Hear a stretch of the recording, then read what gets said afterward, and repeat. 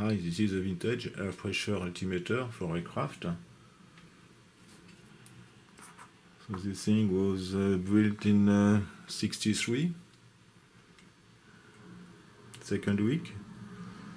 So this thing is French. The start of the warranty, the second week of 63. And this thing is warranted during 6 months only. That seems weird. You have the reference here. So this thing was manufactured by Sfena, a vintage French company.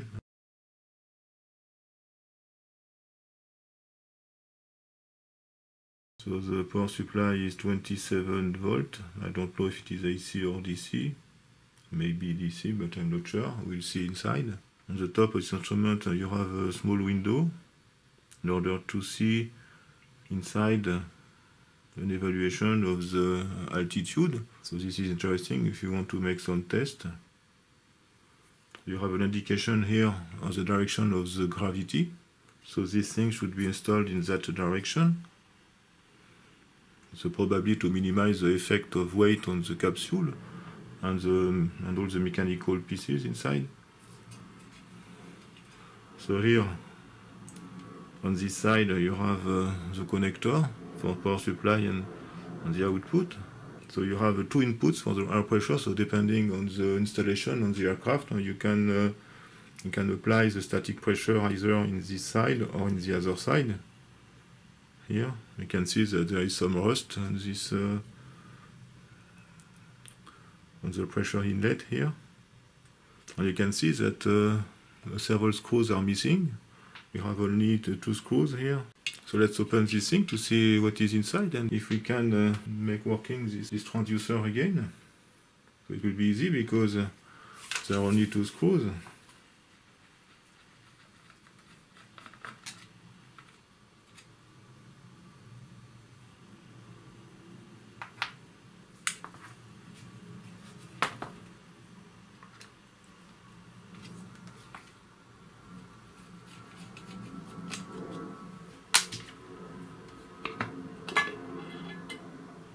Okay.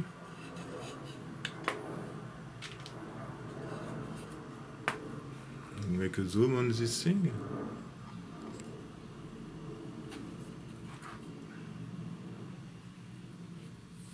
Okay, so obviously this is a servo control system. So we can see the capsule on the bottom. So I think we can remove also this.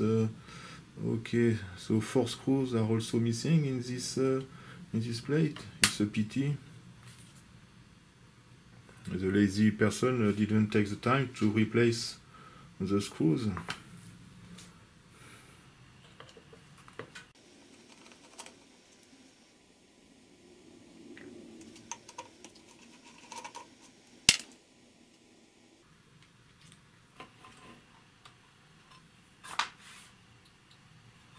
Okay, so we can see that we don't have 2 nor 3 but 4 capsules in series.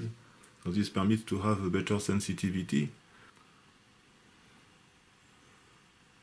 So here we can see that we have obviously a DC motor. You can see the magnet here.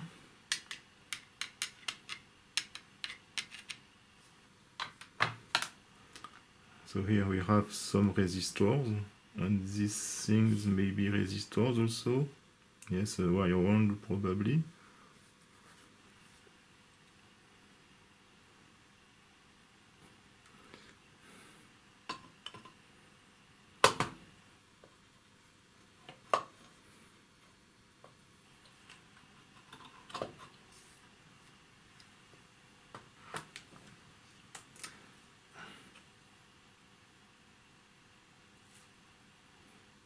Okay, so we can see that we have something here which should be a zero detector.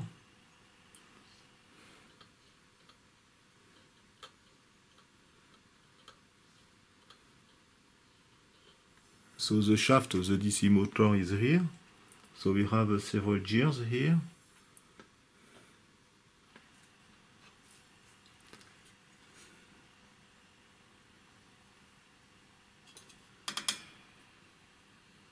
Okay, and you can see that this pinion here is very long. Okay, you can see.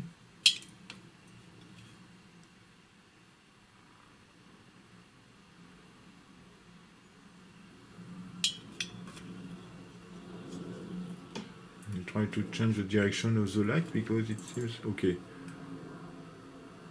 Okay, so you can see that this pinion is very large, and we have these other pinions here, which is attached to this screw with a very thin thread. So when the motor runs, this screw will go up or down. Okay, and this screw will apply a pressure in this lever here, because this lever should be in contact with this pinion here, I suppose. And then this will apply a force in the capsule through this spring here. Okay, so this is the control of the force of the capsule, and you have a zero detector here.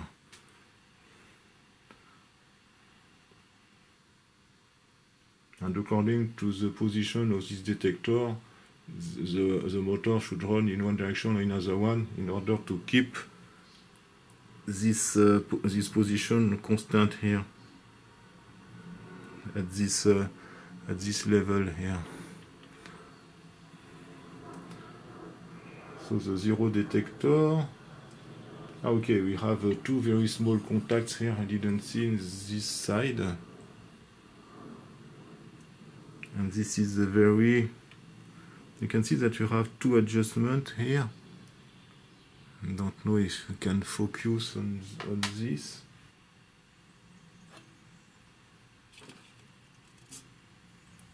Okay.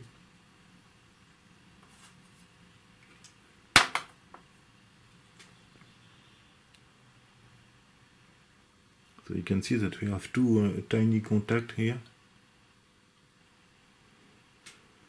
So I don't know the goal of this, because this seems to be an electromagnet, because this is a magnet, so depending on the current flowing into this coil, this thing should move, and the contact should open and close depending on this thing. So I will try to do the schematics of this thing and to try to understand the behavior of this zero detector. Okay, and here we have here a potentiometer. So this seems to be okay. So this is it is similar to the system I found if you have seen my video concerning the airspeed transducer. There was something like that with an electrical clutch and a system which permits to retrieve the medium position. So this is obviously for the relative altitude measurement for the autopilot, for example. So we have a potentiometer here. You can see that the whipper of the potentiometer is centered automatically using this mechanical system. So you have a cam here, an eccentric cam here, which permits to retrieve the medium position. And normally, I assume that we have this is an electromagnet, and probably, okay, to push this. So when we want to make relative measurement of altitude, the electromagnet is activated, and in this case, the relative position is given with this potentiometer here. Otherwise, when the electromagnet is released, we return to the medium position. So this, and we have some limit switches here. So when the electromagnet is activated, so this is difficult, but when the electromagnet is activated, there is a limit which is given by the switch And when the switch is activated, one of these two switches, probably the motor should stop in order to avoid damages, because in this case there is nothing which can limit the torque. So the limits are given by these two switches. If we can turn this pinion, okay, we can see that the elevation of the pinion changes. So I don't know the direction.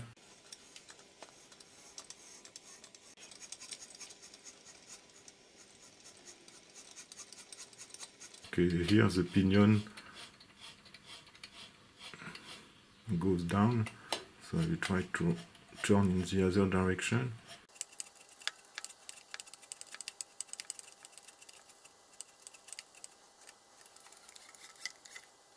Okay, I will try to maybe to supply the DC motor, can be better. Yeah, the DC motor is here normally. I will change the orientation of the camera maybe. Okay, so we have a better view here on the distance here between this pinion here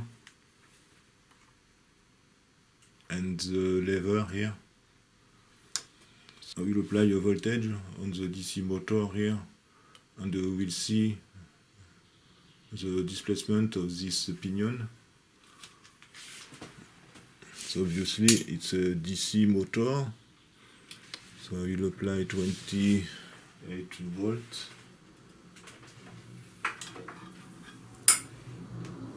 Oh, it was 27, I don't remember, but it doesn't matter. Yes, 27 volts. Okay, so let's start.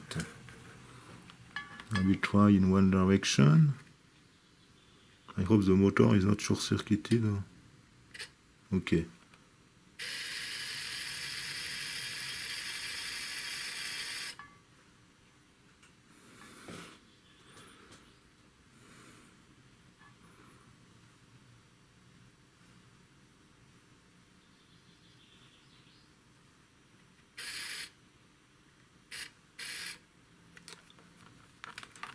I change the direction.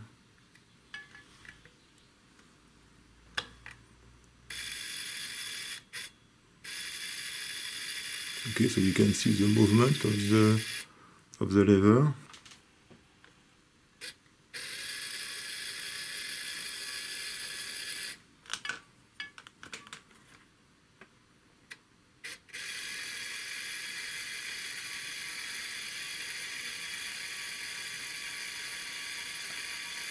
Okay, you can see that the lever goes up.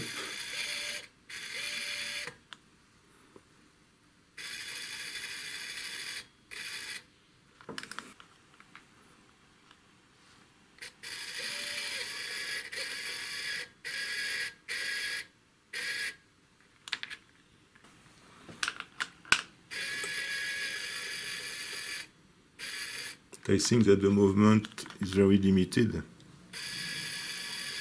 Maybe we can see the contacts also. I will use a continuity tester. Okay, I have connected the two contacts in parallel. So we can see that for a given position of the system, so in the middle, both contacts are open. So the middle contact is connected to the ground, actually, to the mechanical ground of this device. And the position is very small. You have to turn a few degrees. So this is a mechanical zero detector, but which is very sensitive. And in the middle, it is difficult to keep the position constant. It's more or less mechanical unstable. So I think that the motor is activated directly using these contacts. But normally we should have a relay or something in order to reverse the direction. So I will do the schematics of this thing. It should not be complicated. And we will see if we can make working this thing. I will show you on the top.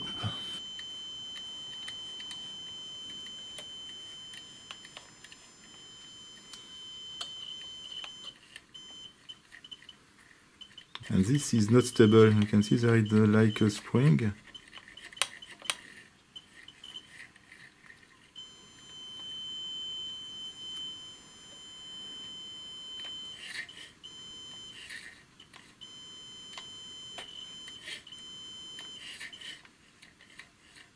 So I will do the schematics of this thing, and after we'll see how we can make working this unit. And I don't know the effect of this coil, but we can apply a voltage on this thing.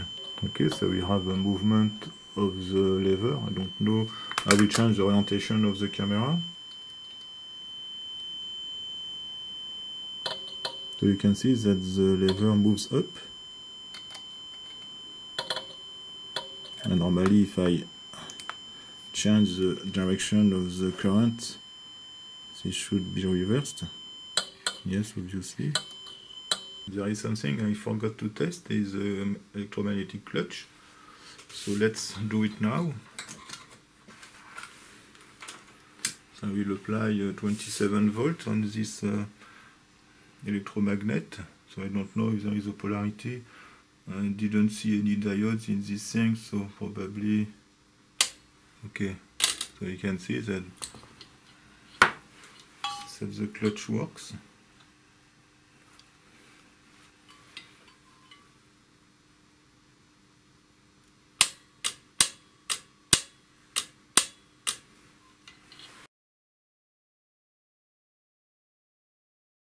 Okay, so I will start the reverse engineering of this little thing. So all I need is a continuity tester and a pencil.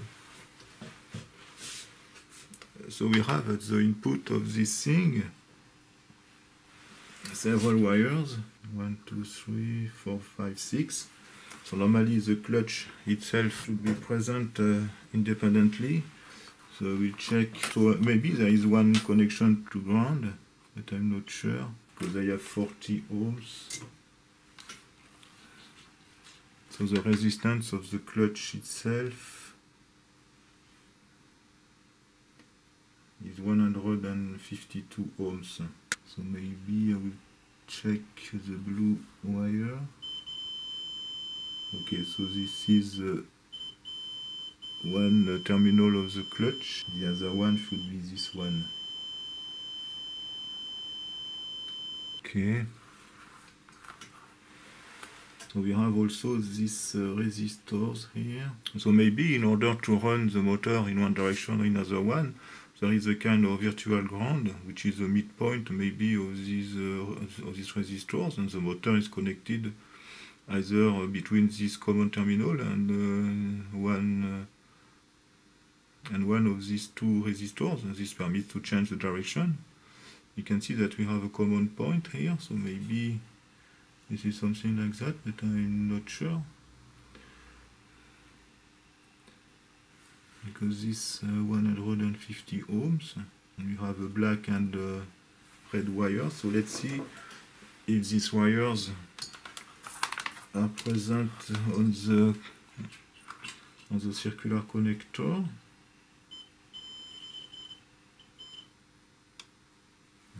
I will change the threshold of my continuity tester. I will set the limit to 2 ohms, for example.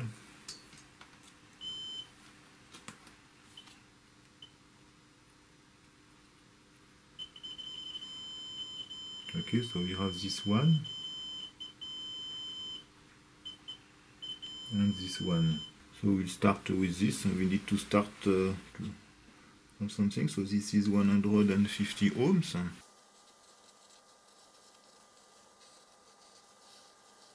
So I want the color in the schematic, and I will note immediately the corresponding position. So fortunately it is very clear. So we have 1 and 2. So the 1 is the red.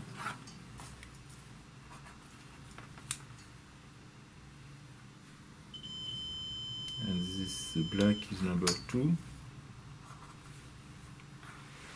Okay, so I guess that this is a power supply, 28 volts.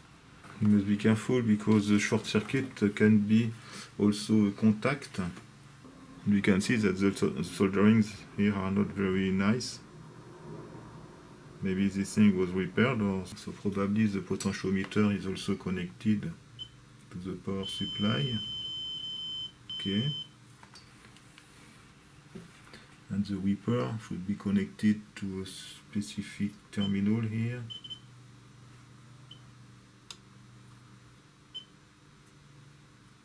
No, yes, this one. So this is the number 5.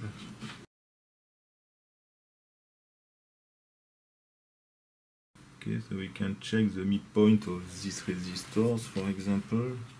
So the midpoint is here. We have 2 green wires.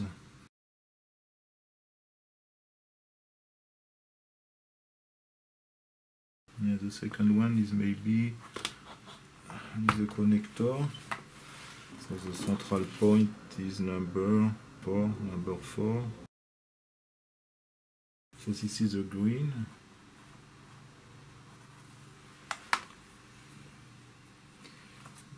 So the green is connected here,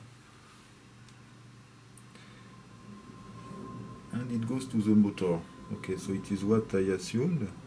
We have the motor. We'll draw this motor somewhere. Here, for example. Okay, and probably the other terminal of the motor should go to the contacts here, and the contacts maybe are connected between these 2 terminals. This should make sense, but maybe I am wrong because there are also 2 other resistors. So let's see this.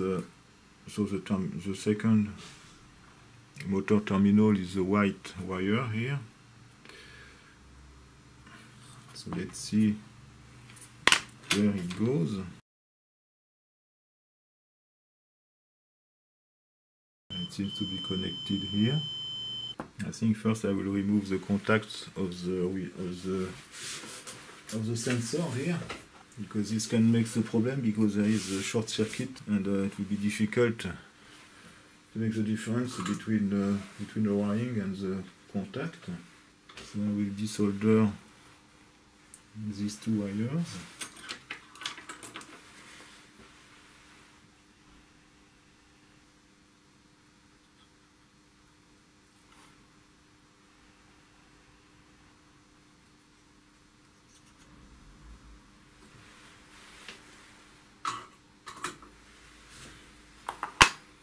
I will desolder also this thing because I don't know exactly if they are capacitors or resistors. I think these things are resistors, but I'm not sure.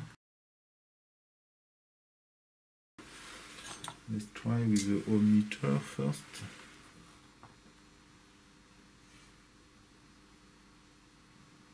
No, this should be capacitor. I will check with my LCR bridge.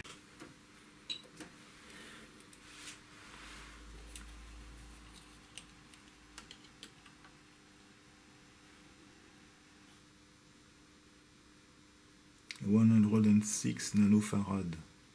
Okay, so these things are capacitors, so maybe parallel to the contact. Okay, so we can see that the second terminal of the DC motor is connected to this electromagnet here. This is the bottom. On the top is the second white wire.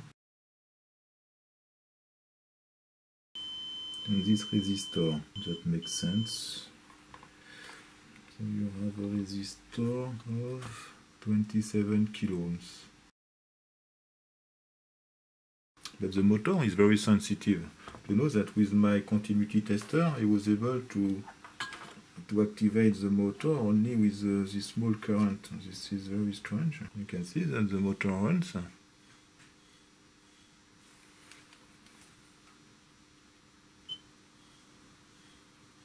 And the current, I will measure, normally it is 1 milliampere, so it's very small. I will test with my another DMM, and the current is exactly 1 milliamp. So with 1 milliamp current, it is possible to drive this motor. And so actually the white connection of the motors goes to this contact here, which is connected to the mechanical ground. So I will change a little bit. Yes, a bit messy here.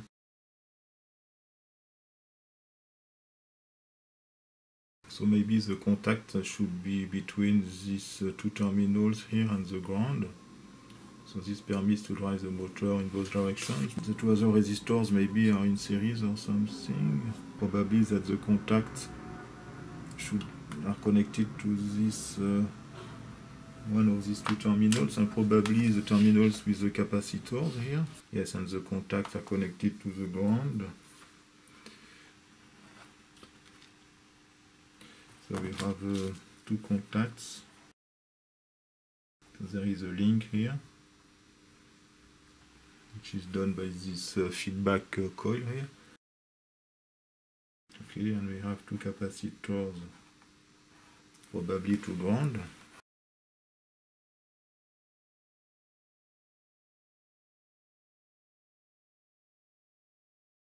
In series, but this terminal is not connected. This is this point, and this point is connected to anything else.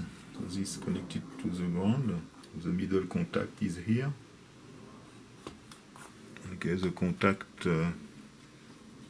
is this small wire here, which is connected to the ground, to here.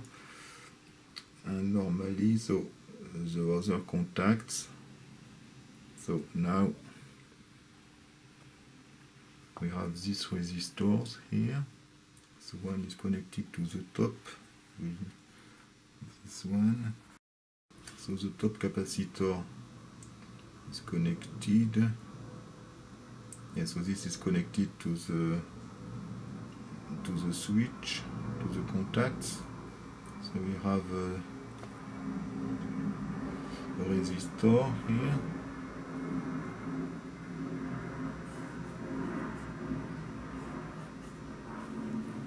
This is 47 ohms.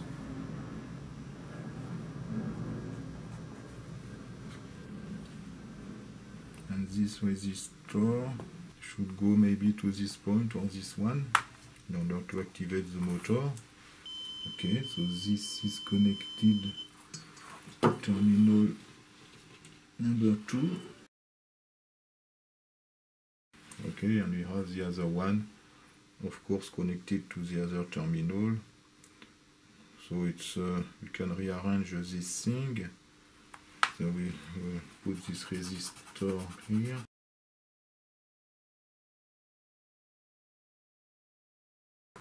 Okay.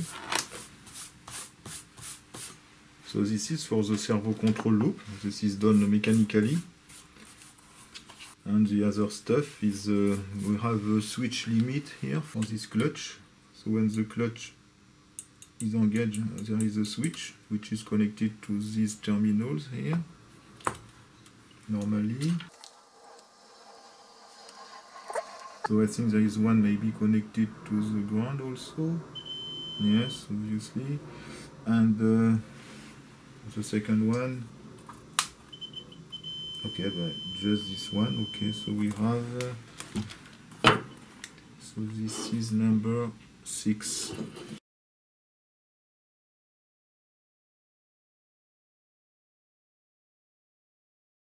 And I don't remember, it was number 6. 3. Number 3. Okay, and now the clutch itself. So the clutch itself is this black and blue. Okay, the black is connected to number 2. And the blue probably to another one here. Okay, so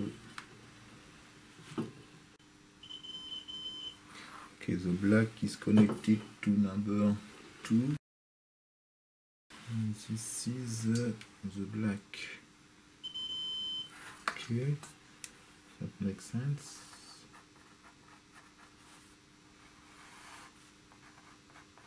And the blue probably to another one here. Okay, so this is number 6. Yes, we have this these two switches here. I don't know if they are open or closed. These two switches should stop the motor normally.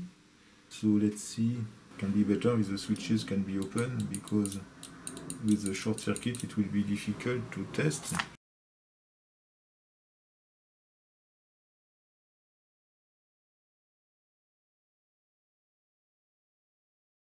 Okay, they are open now.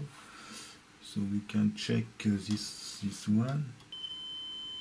Okay, so one is connected to the negative side here, and the second one probably to the positive. Okay, so this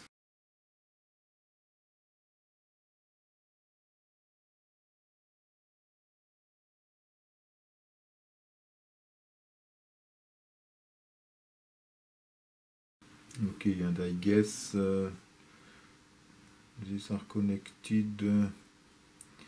Yes, this permits to limit the current. So I guess they are connected. We have also 510 ohms here. I need to see what this thing is going.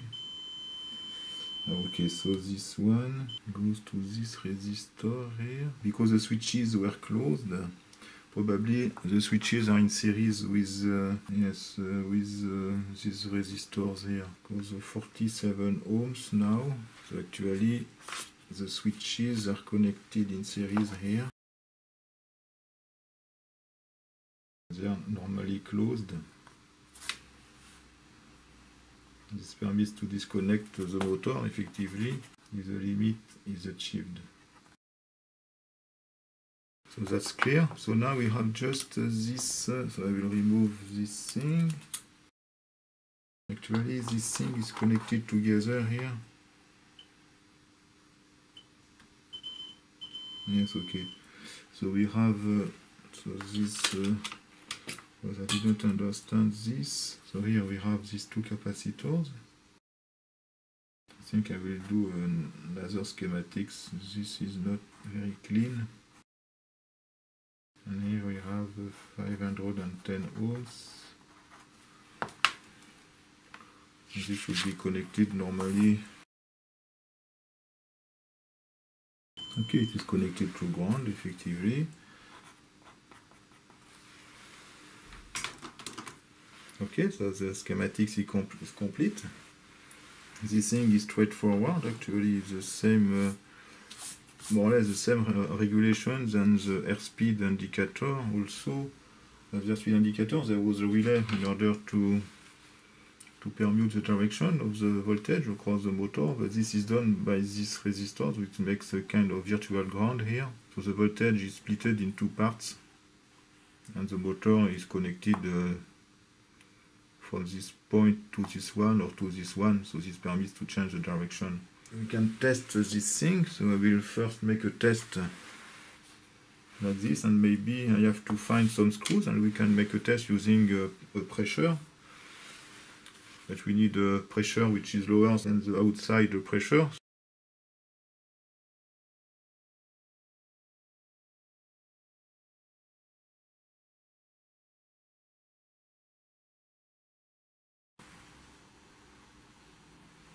Okay, so I will apply a voltage to this thing between pin 1 and 2. So 1 I suppose will be the positive. So let's start this thing. So I have these two wires here. So this thing will go to the number 1. This is very, the diameter of this thing is very large. But it will be okay. And I have the second one here.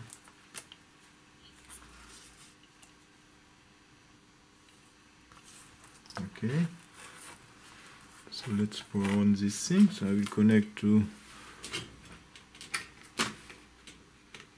power supply at 28 volt or 27.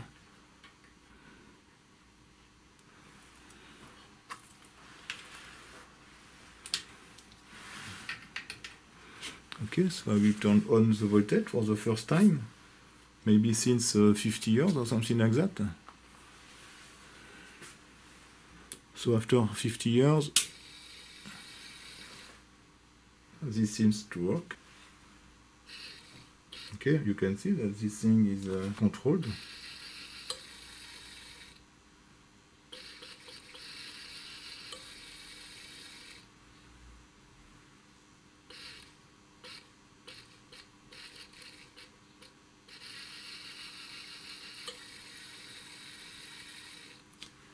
So if I apply a pressure on the pressure should be in the opposite side, so it is difficult.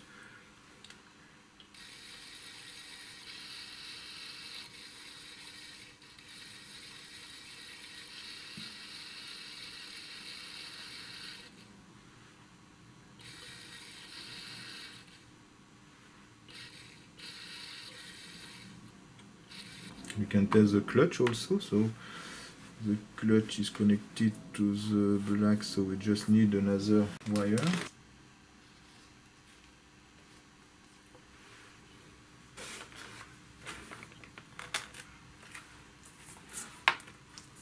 Okay, so we use another wire.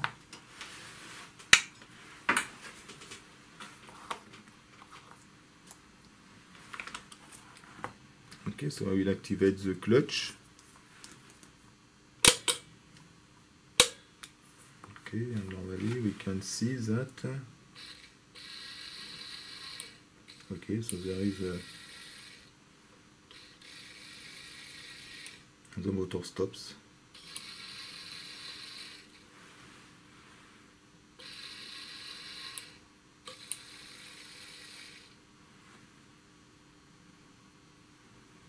Okay, so this permits a relative measurement. So I have the DMM here. I can sense the voltage at the whipper of the potentiometer here. So we have 14 volts, which is the mid power supply. So I will activate the clutch now. Normally we should have the same voltage. Okay, and we can change the direction. If I change the, okay, you can see that I have an evolution and the other direction. Okay, so the potentiometer works after so many years.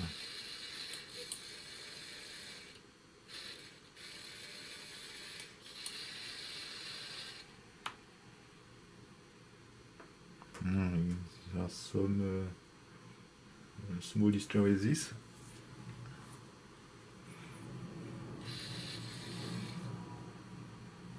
Yes, it's either maybe small errors.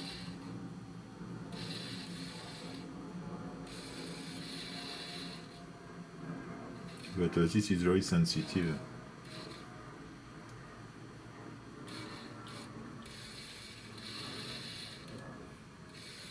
I don't know the equivalent variation of altitude for this full range.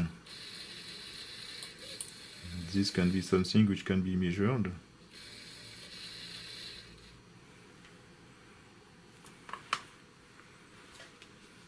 We can see that we have and the potentiometer also is not totally perfect. We can see that I will try to zoom in. So we can see that there is a small gap here. So when the potentiometer moves, you can see that one whipper is a bit is not totally straight. So this is maybe why we can have some little error in this thing.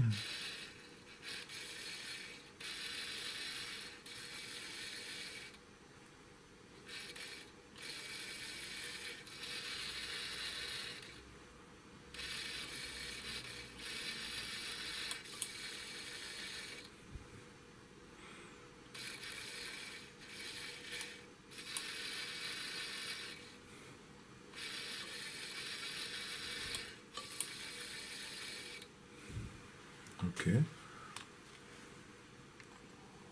but this is a nice transducer, I think. So there is a goal of this thing, of this coil here, which is a kind of feedback on the zero sensor, so I don't know exactly. It permits to increase the accuracy, but I don't know. Obviously there is no effect when the motor is stopped, but when the motor runs, this permits to add some force on the contact. Then maybe it's to accelerate this thing. When the motor starts to move, this will start to move also.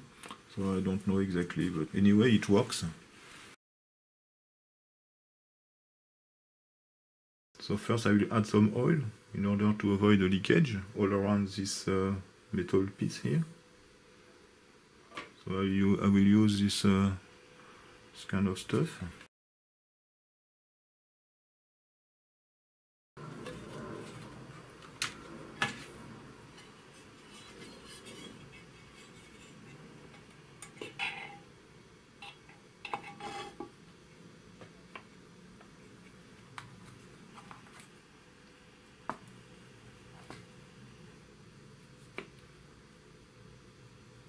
Okay, so finally I found a little box with screws which seems to be compatible.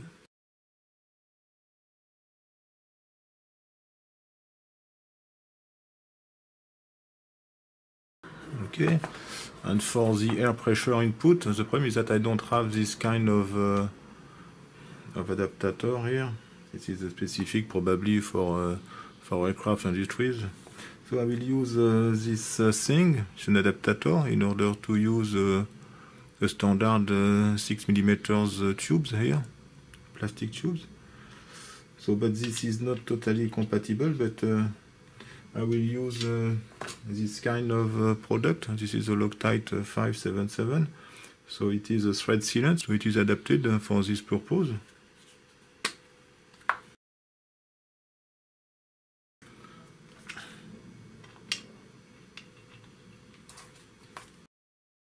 Okay, so normally this should be installed like this, so I will change the orientation of the camera. Okay, I will turn on the power supply. It is not connected. Okay. Okay, so then I will connect an air pressure generator. I will use this air pressure here, so we can have a positive pressure and a negative pressure in order to do a vacuum. Okay. So I will connect the plastic tube from the output of this unit and the input static pressure of this thing. Okay, so I have connected the altimeter to this air pressure generator. So this permits to generate a positive pressure or a negative pressure. So it is configured to a negative pressure, that is to say a pressure which is below the outside pressure. And the pressure is activated manually using this pump here. Okay, so I will activate the pressure.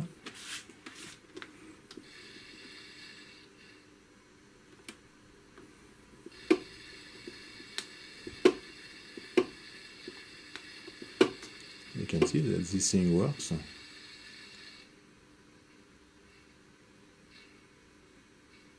There is some leakage somewhere.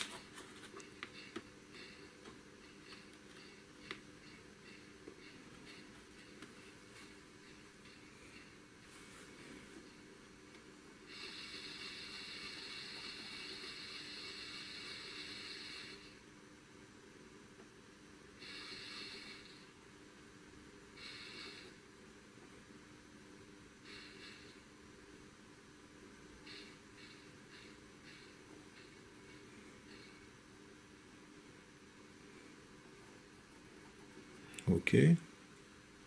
So according to this book, Aircraft Instruments from H Palette, so this table indicates that for a pressure of 900 millibars, the altitude is 3000 feet approximately. Okay.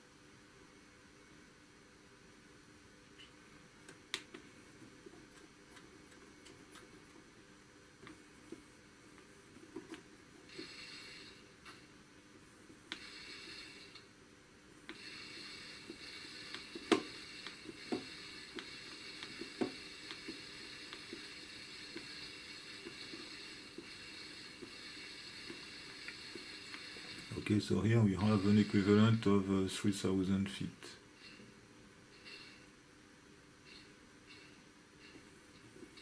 There is some leakage, I don't know.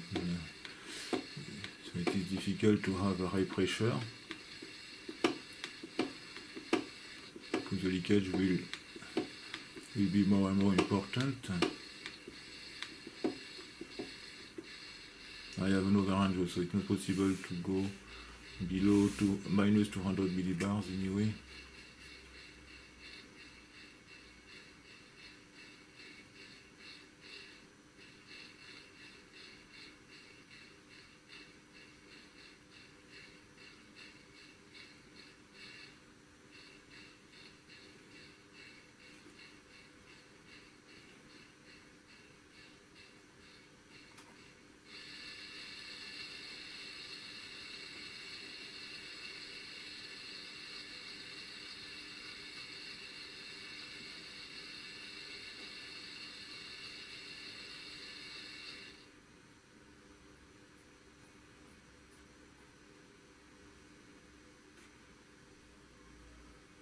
Okay, so this was the reference Barrow altimeter. The output of this device is only the whipper of the potentiometer, which is only activated when you activate the clutch. So this permits to have a variation of altitude relative to a reference altitude. So this is why it is called reference barometric altimeter. So it is probably used only for autopilot and something like that. But 50 or 60 years after, it still works. So thank you for watching and see you next time. Bye bye.